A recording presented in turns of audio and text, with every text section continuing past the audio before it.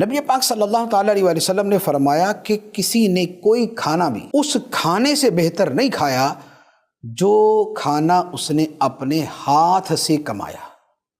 جو بندے نے اپنے ہاتھ سے محنت کی نا، وہ کسان ہے، وہ ہل چلاتا ہے یا وہ ٹھیلا لگاتا ہے تو اس کو زور سے گھسیٹتا ہے، یا وہ سائیکل چلاتا ہے، یا وہ کوئی اس طرح کا کام کرتا ہے، یا وہ مستری ہے، مزدور ہے، وہ وزن اٹھاتا ہے، بوجھ اٹھاتا ہے۔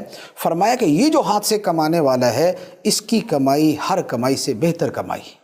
اور اس کے ساتھ ایک ریفرنس دیتے ہوئے نبی پاک علیہ السلام نے فرمایا کہ اللہ تعالیٰ کے پیغمبر حضرت داؤد علیہ السلام اپنے ہاتھ سے کما کر کھاتے تھے۔ محنت کرنا، کمائی کرنا، کمانا، یہ اللہ کے نبیوں کی سنت ہے۔ ہر نبی علیہ السلام کی تفصیل موجود ہے کہ یہ نبی علیہ السلام یہ کرتے تھے، یہ کرتے تھے، یہ